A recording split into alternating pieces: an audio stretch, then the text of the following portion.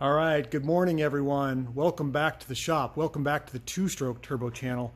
Even if we don't work on two-stroke cars every day, I find my life blessed that I'm around these cute, kind of oddball cars and that I'm the curator for the time being to fix them up.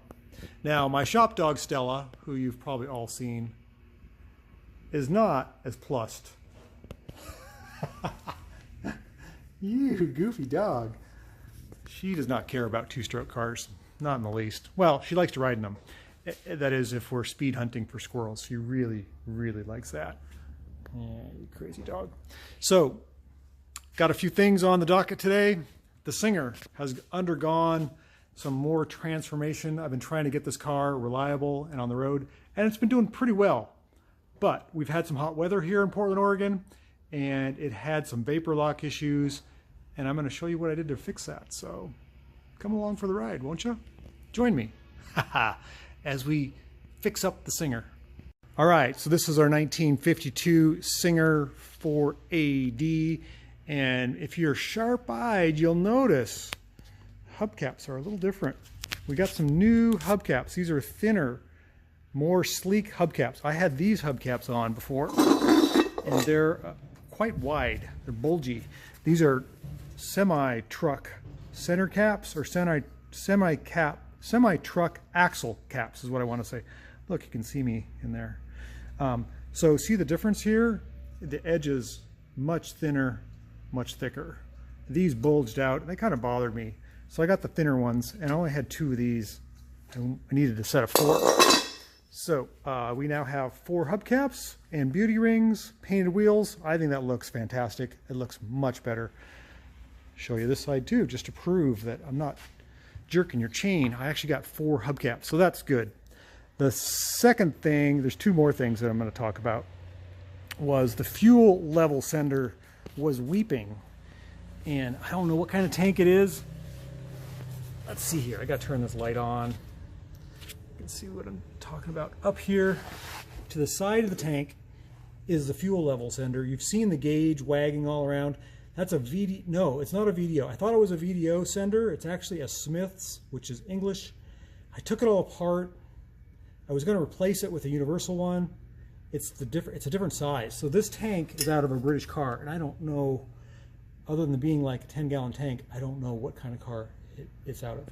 I used the drain right there. And there's some wetness still on there. Hopefully all the leaking is done. It was just smelling bad, and I tightened up the level sensor so my gauge doesn't wag around, and I sealed it with some hardening gasket sealer that's impervious to gas, hopefully. So I just poured a couple gallons of gas in the tank. The tank is located here in what I call the rumble seat. I know that's not the correct term. This is the spare tire area.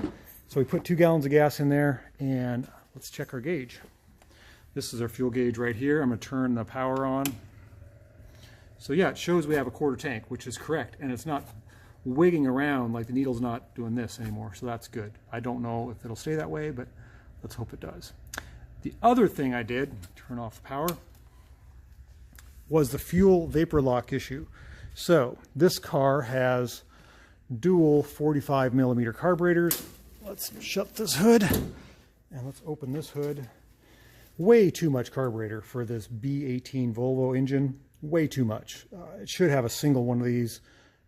Probably not even, like a single 40 would be fine.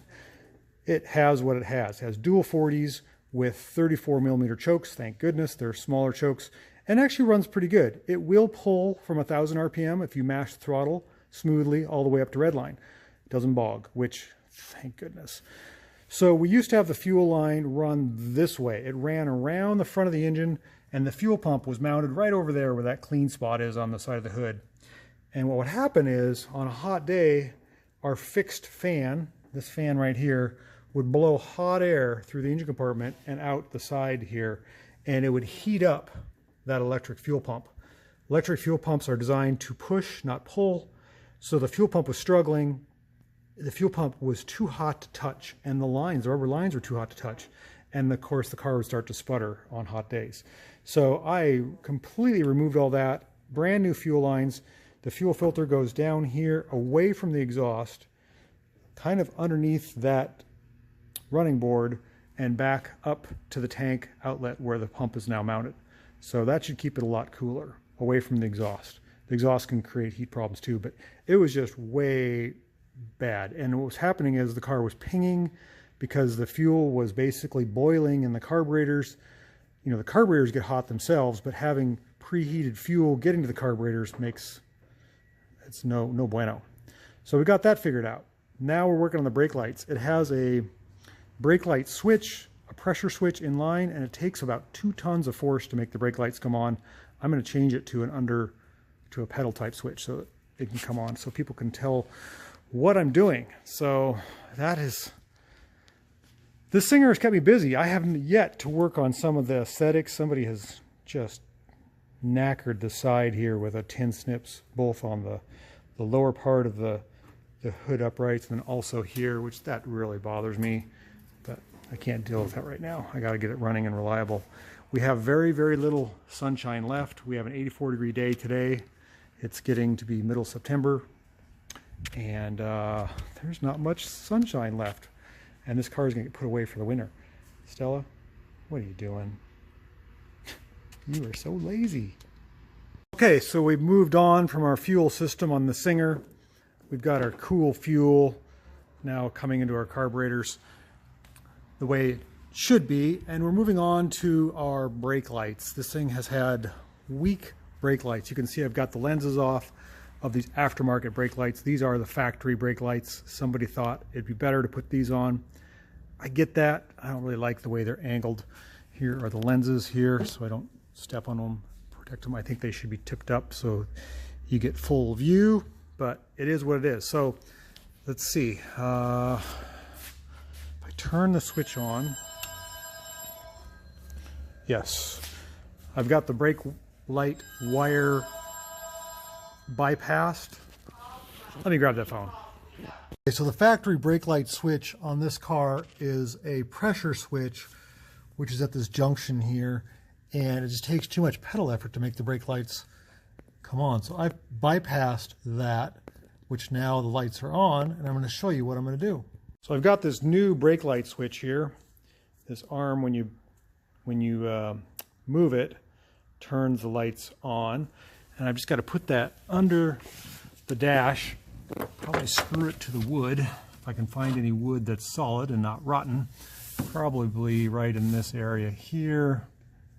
I got to figure out how that's going to work and run the wires up here, and I should have a pedal actuated switch, which is much more effective and reliable, and somebody will be able to see my brake lights. Something I wanted to show you though, with the brake lights on,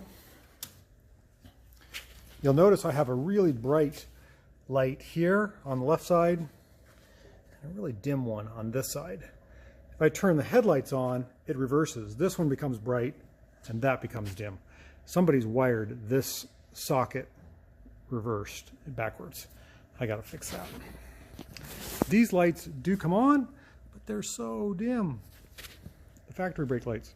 Of course, as soon as I turned on the headlights and the brake lights, the fuse blew, and I think it's because of this beautiful wiring mess here.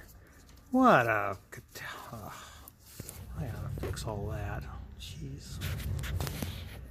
Okay, so apparently a few minutes of trying to get the brake lights working has turned into hours of blowing fuses, and I had to replace a socket because it was shorting out, and then all this wiring hoo-ha mess has all these crazy multiple junctions. It's just got to go. So sorry about the delay there.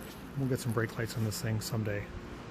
For many more hours, I finally got my super cool brake lights to work. They're just bypassed right now. I'm going to take out the center lights. I don't like those. They're causing a bunch of problems, but I got those to work, and I'm pretty happy about that. I hope cars can see me. Okay, this is ridiculous. I didn't use this switch. I couldn't figure out how to make it work. It's an odd thing. The way the bracket is, it just wouldn't line up good. So I made another switch. You can see it right here. I made a bracket off of this angle iron that has the holes in it, and I made a custom little thing, and when you press on the brakes, it hits the switch. And I know it works because I just tested it. I can watch my voltage gauge go down when I press on the brake pedal. So we have brake lights. It only took 4 more hours. Still, you ready to go home? Uh-oh, I just showed off the new project. Darn. You guys have to stay tuned to see what's up next. Thanks for watching. We'll catch you on the next video.